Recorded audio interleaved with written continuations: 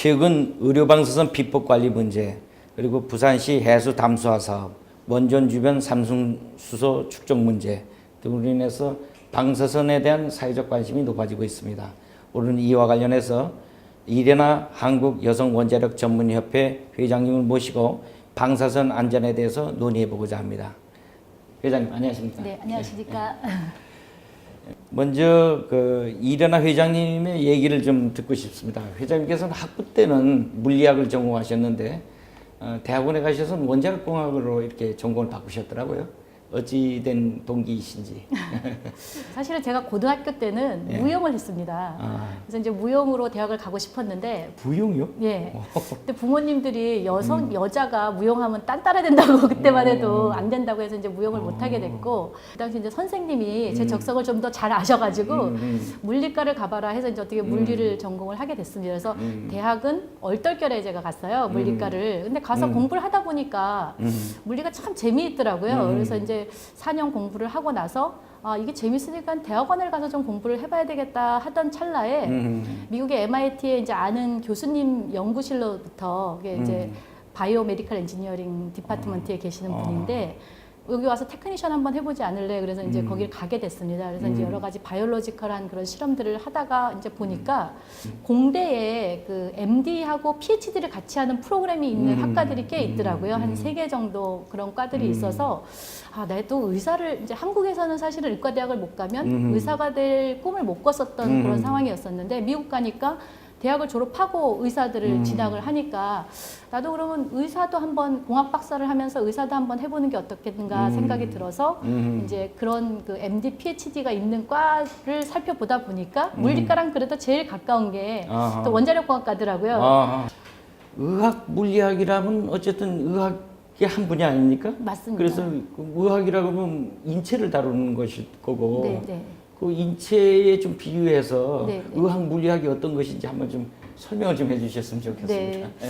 의사분들은 인체를 갖고 생활을 하시는 분들이고 방사선은 인체의 아주 작은 단위인 그 물리적인 원자, 양성자, 중성자, 입자들을 갖고 다루는 공부하는 학문이기 때문에 이 물리하고 인체에서 엄청나게 큰 갭이 있거든요. 그렇네요. 그렇기 때문에 의사 선생님들이 방사선에 대해서는 잘은 모르는데 이제 제가 졸업할 때쯤 대학원에서 이제 공부를 할 때쯤 해서 암 치료하는 그런 방법으로는 수술하거나 약물 치료하거나 이렇게 됐었는데 갑자기 이제 방사선 장비가 개발이 되면서 방사선을 이용해서 암 치료하는 분야가 이제 늘어나게 됐고 그다음에 뭐 여러분 다 아시다시피 CT 해서 암을 진단하기 위해서는 또 CT라는 장비를 사용을 하는데 그런 것도 다 방사선이잖아요. 그래서 이제 이렇게 병원에서 방사선을 가지고 암을 진단하고 또 치료하다 보니까 의사 선생님들이 그런 것들을 다 하실 수가 없는 거야. 의사 선생님들은 인체만 가지고 했지 작은 물리적인 거 가지고는 공부를 못 하셨기 때문에 그래서 이제 그 한 90년대부터 미국에서는 병원에서 방사선을 정말 잘 알고 있는 물리학자들이 병원에 와서 방사선을 가지고 암을 진단하고 치료하는데 도움을 주는 그런 사람들을 채용하기 시작했습니다. 우리가 엑스레이 찍으면은 네. 우리 인체에는 어떤 현상이 일어나는 겁니까?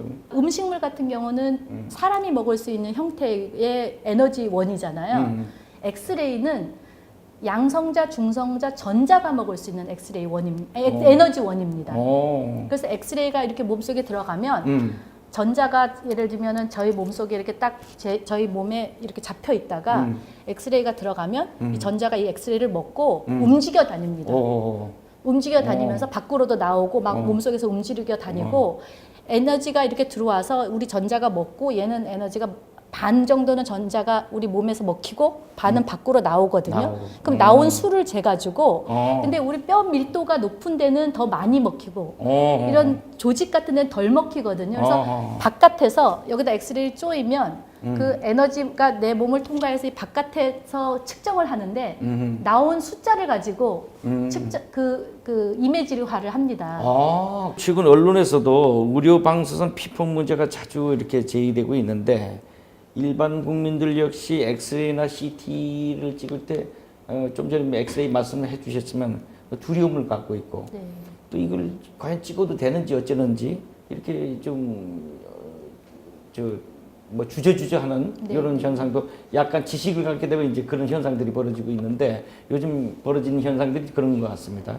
과도한 의료 피폭을 좀 막을 수 있는 어떤 거에 대한 조언을 좀 해주신다는. 우리가 엑스레이, CT, 펫 이렇게 두고 본다면 엑스레이는 한 번 찍을 때 받는 방사선 양이 굉장히 작습니다. 근데 CT나 펫은 굉장히 많고 그다음에 CT는 엑스레이가 우리 몸속을 통과해서 지나고 나면 그다음에 내 몸속에서는 없어지는 거지만 펫은 몸속에 방사선이 나오는 물질을 집어넣습니다. 그래서 영상을 찍고 나서도 내가 돌아다니면 나 바깥에 있는 사람도 방사선을 받고 내 몸도 계속해서 몸에서 방사선이 나오는 물질을 몸에 넣었으니 피 속에 넣기 때문에 계속 방사선을 받게 됩니다. 그래서 그 CT나 펫 같은 경우에는 꽤 받는 방사선, 1회에 받는 방사선이 많습니다. 그래서 공짜라고 해서 무조건 찍거나 아니면 그거 무조건 찍으면 좋을 것 같아서 찍는 거는 하지 말아야 된다고 생각을 합니다. 많다면 그 엑스레이하고 좀 뭐 비교를 그 대충 비교를 좀 엑스레이에 해주시면. 비교해가지고 엑스레이가 0.1mSv 정도 한 번에 받는다 그러면 CT는 한 10mSv, 뭐 펫도 한 10mSv 이상 이렇게 100배 네. 엑스레이 비하면 한 100배 네, 이상의 많은 방사선을 받습니다. 조사를 하게 되네요. 그렇지만 또 CT나 펫에 장점은 있습니다. 어떤 장점이 있습니까? 엑스레이를 찍어서 보이지 않는, 예를 들면 암 진단에 있어서도 엑스레이를 찍어서는 보이지 않는 그런 암을 CT나 펫을 가지고는 또 볼 수가 있거든요. 그래서 뭐 CT나 펫은 꼭 찍지 마라, 아니면 CT나 펫을 꼭 찍어라 이렇게 말씀드리기는 참 그 의학적으로 전문적으로도 어렵습니다. 그래서 이제 그렇기 때문에 이게 문제가 논란이 되는 것 같은데, 그래서 이제 의사 선생님들 지금까지 알려진 모든 지식들을 기반으로 했을 때 어떤 사람들은 펫이나 CT를 찍는 게 좋다, 어떤 사람들은 안 찍는 게 좋다라는 그런 그 가이드라인이 되어 있습니다. 그래서 무턱대고 CT나 펫을 찍는 건, 특히 제가 이제 말씀드린 건강검진 때 무턱대고 찍는 거는 좋지 않다고 생각을 하고요. 예를 들면 우리 가족 중에 암 경력이 있어서 그거를 뭐 찍는 게 좋다고 꼭 찍어라고 한다 그러면 그럴 때는 찍는 게 좋지만 일반적으로 그냥 내가 생각해서 그 찍으면 좋을 것 같아서 건강검진에 비싼 돈 주고 찍고 이러는 거는 안 하시는 게 맞는 것 같습니다. 방사선을 활용하는 그 의료시설 외에도 비파괴 검사라는 것도 있고 공항 수화물의 검사대에서도 엑스레이나 이런 방사선을 이용하는 것으로 이렇게 알고 있습니다. 네. 다양하게 우리 생활 주변에서도 이용되고 있는데 그럼에도 불구하고 일반인들은 보이지 않는 까닭에 이게 막연한 두려움이나 불안감을 갖고 있거든요.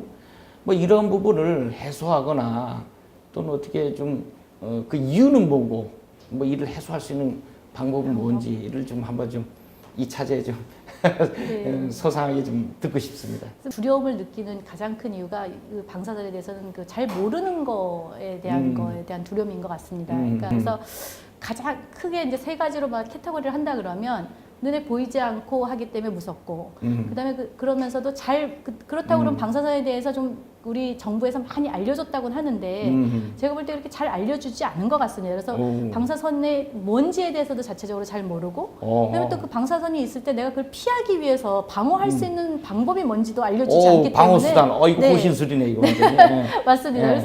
그래서 참 두려워하는 것 같은데 제 생각에는 일단은 방어할 수 있는 방법이라도 좀 가르쳐 주면 조금 좀 덜 좀 두려워하지 않을까 이런 생각을 합니다. 사실은 이제 기본 골든 룰은 있습니다. 그래서 골든 룰이 있고, 네. 그 방사선으로부터 방어하기 위한 골든 룰. 딱 세 가지예요. 많지도 않아요. 간단하네요. 네, 네. 되게 간단합니다. 네. 방사능이 나오는 어떤 물질이 있다 그러면 거기서 그 물질하고 같이 있는 시간을 가능한 줄여야 되고, 그 타임. 그 다음에 거리를 가장 멀리 도망가라. 그래서 디스턴스. 떨어지게. 예, 그 다음에 이제 피폭이 됐다 그러면 우리 몸 속에 머무르는 시간을 또 가장 적게 하고, 그 다음에 바깥에 있을 때 차폐할 수 있는, 방어할 수 있는 방어복을, 방어 물질이나 방어복을 입어라. 이렇게 하는데, 방어복은 뭐 하기가 어려우신데, 가장 쉽게 말씀을 드리면, 이 방사선 같은 경우에는 그 나비나 콘크리트나 이런 거에 의해서 많이 차단이 됩니다. 불하고 거의 비슷합니다. 그래서 뭐 주변에 납이 있는 물질이 있거나 아니면 이런 쇠판 같은 거가 있으면 가리면 훨씬 덜 받습니다. 그래서 방패가 됩니까? 네, 그게? 방패가 됩니다. 소량의 방사선을 받아도 큰 문제가 없고 그것 때문에 스트레스 받아서 암 걸리시느니 그냥 무시하고 받으십시오 그러거든요. 그래서 교수님은 그 이대 목동병원에서 방사선 종양학과에 근무하고 계시죠. 예. 뭐 최근 뭐 후쿠시마 사태 이후 일본산 수산물을 먹어도 되느냐 뭐 이런 질문 좀 많이 받으셨을 걸로 보이는데 어떻습니까? 뭐 그에 대한 과거에 제가 보니까 답변하신 게 전문가 입장이지만 애매모호한 답변을 할 수밖에 없다. 이렇게 애매모호하게 말씀하셨는데 조금 좀 시원하게 얘기해 주실 수는 없습니까? 예. 그러니까 그거를 좀 시원하게 대답을 드렸으면 좋겠지만 거기 시원한 대대답은요. 전문가도 잘 모른다. 이게 답인 것 같습니다. 전문가도 잘 모른다. 네, 죄송합니다. 왜냐하면 사실은 그러니까 수산물 속에 포함되어 있는 방사선 양이 아주 미세한 양이라서 그 미세한 양이 우리 인체에 정말 얼마만큼의 해를 끼치는지에 대한 거는 아직 그 답이 없습니다. 추측들만 하고 있을 뿐이고 세포를 기반으로 한 생물학적인 실험으로만 되어 있지 아직까지 인체에 정말 어떤 영향을 미치는지에 대한 명확한 얼마만큼을 먹으면 얼마만큼의 영향을 미친다는 그런 답이 없습니다. 그래서 거기에 대한 답을 전문가들도 알 수가 없습니다.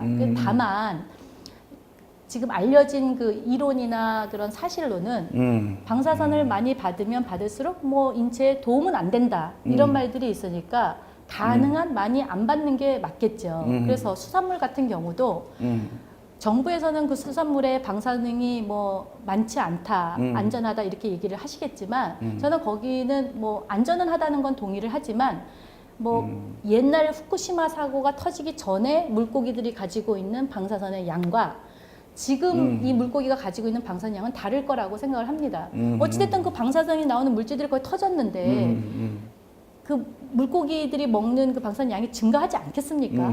개연성이 있죠. 그렇죠. 근데 그거를 사실은 너무 미세하게 증가를 했기 때문에 우리가 측정을 못할 뿐이지 증가는 했을 겁니다. 그래서 기본 원칙이 방사선은 가능한 적게 받으면 좋다 이런 얘기가 있고 수산물은 어찌됐든 방사선이 아주 미량이지만 방사선이 증가는 했을 거니까 뭐 굳이 그렇게 수산물을 먹고 싶지도 않은데 가서 먹을 필요까지는 없다는 생각이고요. 그래서 저 같은 경우에는 뭐 수산물을 그렇게 좋아하는 그런 편은 아니니까 굳이 가서 먹지는 않습니다.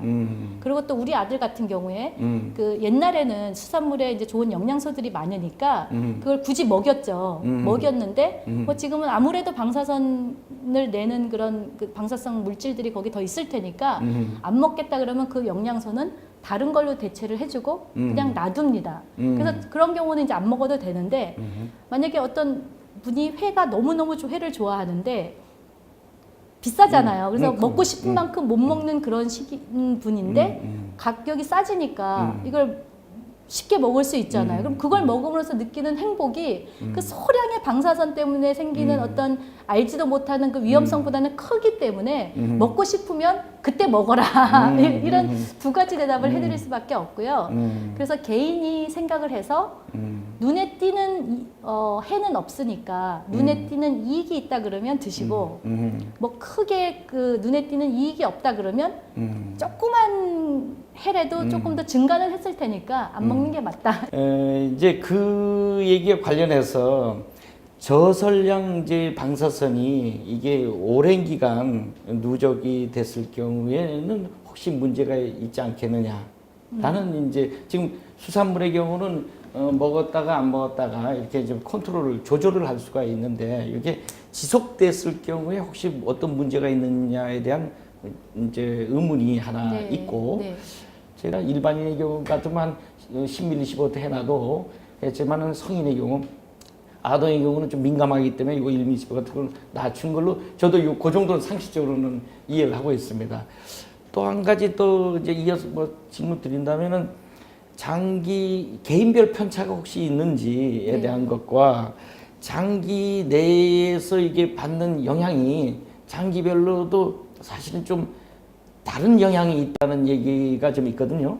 이 부분에 대해서 좀 좀 설명을 좀 해주시죠. 그러니까 지금까지 나온 데이터나 실험 결과나 어떤 그런 지식들을 기반으로 했을 때 아까도 말씀드렸지만 얼마만큼 받으면 얼마만큼 이게 몸에 해롭다 이거를 지금 알 수가 없습니다.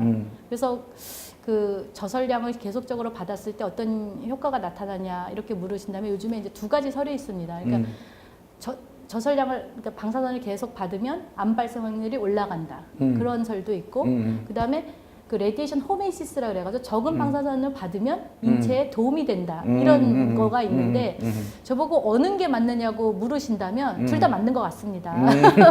왜냐하면 방사선이 우리 몸속에 들어와서 오면 우리 몸의 세포를 계속 때리는 거거든요. 그러면 변이가 일어날 수 있죠. 그래서 암이 발생을 할 수도 있습니다. 그런데 또 몸속에 이렇게 때리다 보면은 그 박테리아나 몸에 해로운 그런 세균들을 죽이는 능력도 있거든요. 그럼 우리 몸속에 안 좋은 것들을 왜냐하면 암이 걸렸을 때 우리가 방사선을 암에 쪼여져가지고 암을 죽이거든요.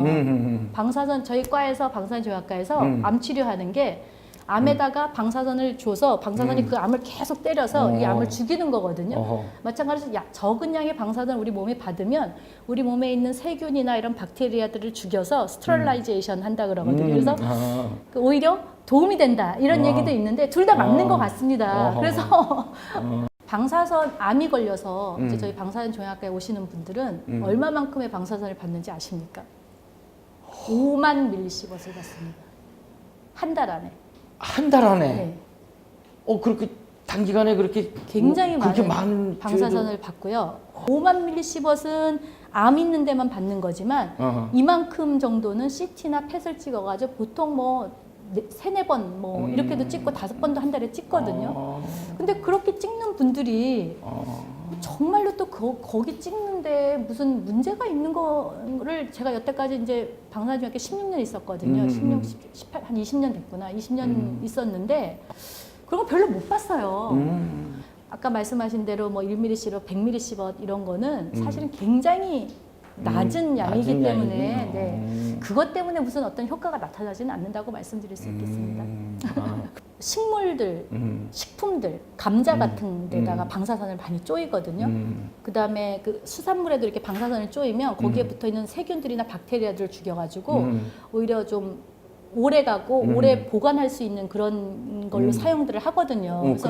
그래서 그래도 우리가 저 방사선 종사자들의 경우에는 그 20ml 연간 20mSv를 이렇게 제한해 놓고 뭐 최대 연간 50mSv 5년에 걸쳐서 100mSv 너무 잘하십니다. 아니 좀 또 원전에 이제 종사자들이 이렇게 있고 그러니까 종사자들이 받아야 되는 방사선량이 어느 정도 한도치는 그 정도는 저도 알고 있어야 되기 때문에 그렇게 하는데 그것도 굉장히 그럼 적은 선량이네요. 네, 굉장히 그러니까. 적은 선량이라고 말씀드릴 수 있고요. 저희는 이 담배에도 이 방사선이 들어있다 이렇게 알고 있고 30개비를 피면은 한갑 반을 피는지 좀 많이 피는 분을 대상으로 한 거죠. 그럴 경우는 1년에 엑스레이를 300번 찍는 거하고 같다. 이런 이제 그 선량이 규모가 그렇다는 얘기를 이제 해서 저희들이 그런 거에 관한 자료도 정리를 해 본 바가 있어서 제가 있어서 말씀드리는 건데 담배를 흡연했을 경우에 이 방사선을 그렇게 많이 받습니까? 담배를 피워서 암이 걸리는 게 사실은 꼭 방사선 때문은 아니고요. 다른 것 때문에 암이 걸리는 거고 담배를 만드는 그 안에 있는 그 물질들 중에 폴로늄이라는 거가 들어간다고 배웠어요. 저희가 배울 때. 그래서 폴로늄은 또 그게 에서 나오는 방사선은 알파 입자라는 거예요. 알파 입자라는 거는 멀리는 못 가는데 굉장히 작은 거리밖에는 못 가요. 못 가죠. 네, 못 가는데 그 대신 작은 거리를 가기 때문에 거기에 주는 임팩트가 굉장히 높거든요. 그래서 담배를 이렇게 해서 들여 쉬면 우리가 그 폴로늄이라는 알파 입자라는 방사선을 내는 그 연기가 몸 폐 속으로 들어가고 그랬다 다시 뿜어져 나오지만 그 폐 속으로 들어가서 걔가 그 방사선이 폐를 때리는 거잖아요. 그래서 매일 계속해서 그렇게 계속 때린다 그러면 그거는 뭐 암 발생 확률이 올라가지 않겠습니까? 근데 꼭 그 담배를 피워서 폐암이 걸린다는 거는 근데 그거는 작은 영향입니다. 다른 그 물질이 제가 지금 잘은 모르겠지만 다른 영향이 더 있습니다. 그 나쁜 다른 그 물질들 때문에 암이 걸리는 거지 방사선 때문에 암이 걸리는 거 아닌데 워낙 적게 들어 있으니까. 워낙 적게 들어 있으니까. 네, 네. 네, 알겠습니다.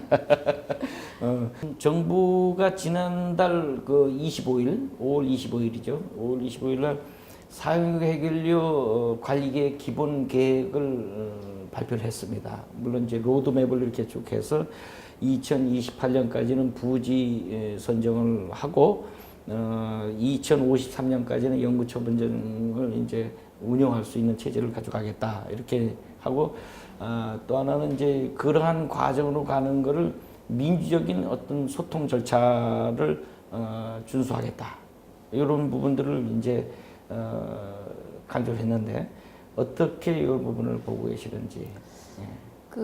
일단은 사실은 뭐 이사장님도 아시겠지만 사용 후 해결료 처리 방안에 대해서 어떤 게 이 방법이 정말 좋은 방법이다라는 그 결론은 전 세계적으로 안 나와 있는 상황이잖아요. 그래서 이제 각 나라의 여건에 맞춰서 어떤 나라는 A라는 방식을 영구 처분일 방식을 선택할 수도 있고 B라는 나라는 뭐 재처리 방식을 선택할 수도 있고 뭐 C라는 나라는 일단은 그냥 있는 대로 홀딩하는 그런 방식을 할 수도 있는데 그렇듯이 우리나라도 사실은 뭐 영구 처분이 우리의 답이다 이렇게는 말할 수는 없거든요.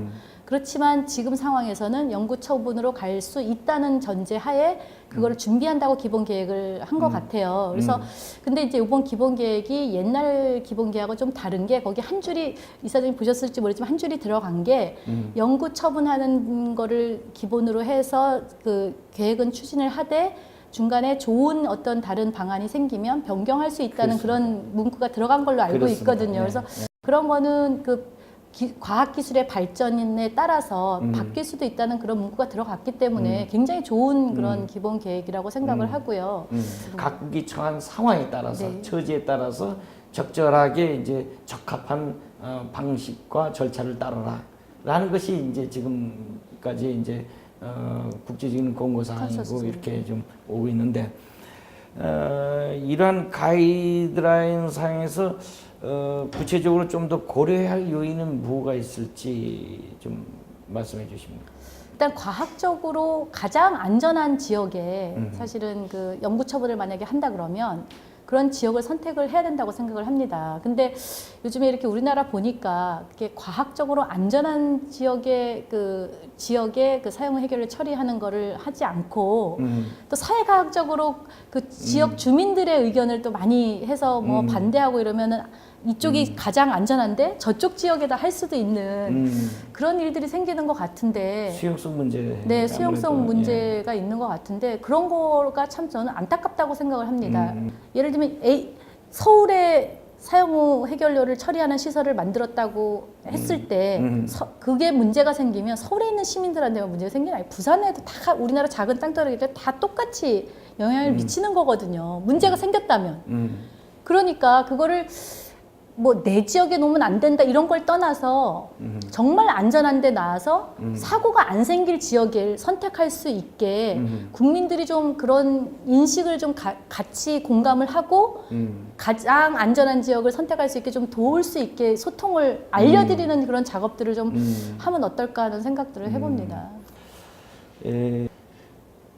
교수님께서는 방사성 종양학과 교수로 재직하고 계시고 또 현재는 한국 여성 원자력 전문인 협회 회장으로 네, 또 이렇게 맞습니다. 계시는데 협회 역할과 주요 활동에 대해서도 좀 잠깐 좀 소개를 좀 받고 싶습니다. 네. 또한 저 윈글로벌 모임이 이렇게 있고 제가 저 박세문 회장님도 네. 이렇게 뵌 적이 있었는데 그 어떤 협력을 하고 있는지 이 부분도 좀 궁금합니다. 네. 예. 이 윈 코리아는 윈 글로벌의 한 브랜치입니다. 그래서 모체는 윈 글로벌이 모체고요. 윈 글로벌은 1992년도에 이제 전 세계에서 그 원자력하고 그다음에 방사선 분야에 종사하는 여성들이 모여서 이 일반인들에게 이제 여성 그 전문인들끼리 네트워크를 공유하면서 그 같이 알고 있는 지식들도 공유를 하고 그다음에 일반인들에게도 제대로 된 이런 지식을 전파하자는 취지로 아마 그 글로벌이 설립이 된 것 같습니다. 그래서 이렇게 설립이 되고 우리 한국은 2000년도에 설립이 됐습니다. 그래서 저희도 윈 글로벌의 한 브랜치로서 그 윈 글로벌에서 하는 그런 미션을 받아서 한국에서 원자력이나 방사선계에 종사하는 여성들이 모여서 저희들끼리 네트워크도 공유하고 그다음에 제대로 된 지식도 좀 쌓고 그다음에 이 지식들이 쌓은 것들을 일반 국민들에게 도움이 된다 그러면 필요한 정보도 제공하고 하는 그런 그 취지를 가지고 저희가 2000년도에 설립을 했습니다. 저희들이 이렇게 여론조사나 이런 걸 해보면은 국민 인식조사를 해보면은 여성이 남성보다도 이런 좀 모성 보호가 맞습니다. 본능이 있어서 그런지 좀 더 민감하게 하고 또 원자력의 안전성에 대해서 더 민감하게 또 깊이 우려를 하고 있는 이런 모습을 볼 수 있는데 특히 이제 여성하고 청소년 이 부분에 대한 어떤 교육이나 또 윈코리아에서 하는 역할 뭐 이런 부분 좀 말씀해 주시면. 그 여성들이 과학 쪽에는 조금 좀 많이 약하잖아요. 그렇지만 감성적으로는 또 굉장히 예민하고 그런 장점들이 그렇습니다. 있잖아요. 그래서 원자력, 방사선 이렇게 얘기하면 보니까 감성적으로 다가가서 뭐 해를 끼친다, 안전에 뭐 이런 얘기들이 나오면 굉장히 민감해하고 관심들을 많이 가지고 적극적으로 나서시고 알려고 하시고 이런 것들을 좀 많이 봤습니다. 그래서 지금 현재 이제 이슈가 되고 있는 게 원자력이나 방사선이나 다 우리 인체에 대한 안전에 문제가 있느냐. 그다음에 또 특히 이제 엄마들 입장에서 보면은 우리 어린아이들한테 어떤 영향이 있느냐. 이런 데 이제 관심을 많이 가지시고 계시는데 마음속에 항상 가지고만 계시지 그거를 갖다가 뭐 알려보는 크게 이렇게 하지는 않으시는 것 같아요. 그래서 불안해하시고 이러는 것들도 있는 것 같아서 저희 이 여성 원자력 전문인 협회에서도 이 원자력과 방사선 관련된 그런 얘기들을 엄마들이나 아니면 청소년들에게 수다 떨듯이 쉽게 이렇게 저희가 이해한 거를 그대로 이렇게 가르쳐주는 그런 방식으로 좀 전파를 해서 제대로 알리고 그다음에 엄마들이 알아서 아이들한테도 그거를 알려주고 그다음에 그렇게 됨으로써 이제 뭐 공포감이라든가 이런 것들을 좀 없애질 수 있지 않을까 하는 생각으로 저희들이 한번 나서서 해보자 이렇게 생각을 해서 지금 열심히 좀 해보려고 노력하고 있습니다. 그러십니다. 제가 이ren아 교수님을 이렇게 이력을 이렇게 보면서 아까 말씀하시는 거 들으면서 느끼는 것 중 하나가 전공도 무용학과부터 시작해서 물리학, 원자력공학 그 안에서도 또 의료를 하려고 그러다가 또 의학 물리학 쪽으로 이렇게 그 과정을 이렇게 보면은 적성을 구체적으로 찾아가는 과정이 아닌가 이런 생각이 듭니다. 그래서 우리가 청소년들이 이렇게 자라나면서 자기가 뭐를 해야지 이 세상에 기여를 할 것인가 청소년들이 그걸 다 알고 있기는 어렵지 않습니까?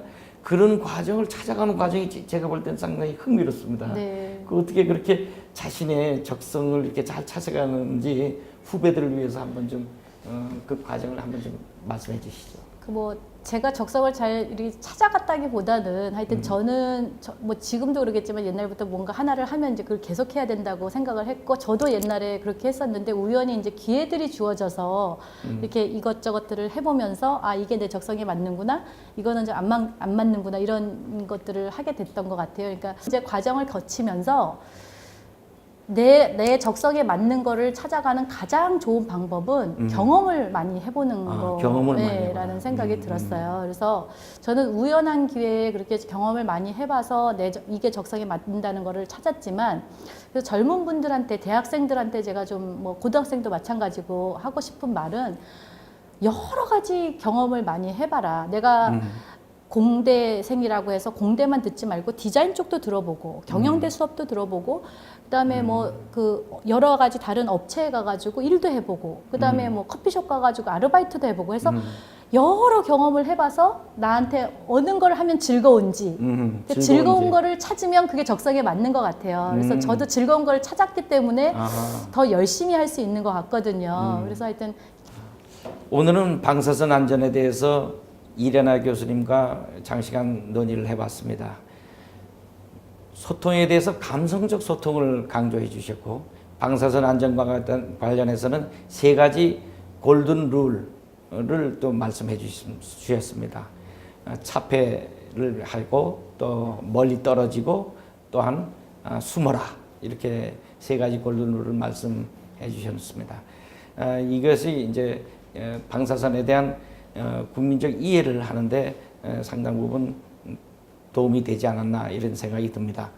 그리고 방사선이 인체에 미치는 여러 가지 그 영향에 대한 말씀도 주셨고 이 부분에 대한 이해를 또 깊이 할 수 있는 계기도 오늘 되지 않았는가 싶습니다. 또한 그 후배들에게 이 경험을 통해서 그 경험은 또 즐거움을 찾는 과정, 새로운 일리를 찾아 나가고 그 과정에서 자신의 적성을 찾아 나가라는 후배들에 대한 조언도 있었던 걸로 봅니다. 이런 부분에 대한 여러 말씀이 있었던 것으로 오늘 대단히 감사를 드립니다. 오늘 장시간 대담해 주신 데 대해서 감사를 드립니다. 네, 감사합니다. 감사합니다. 네.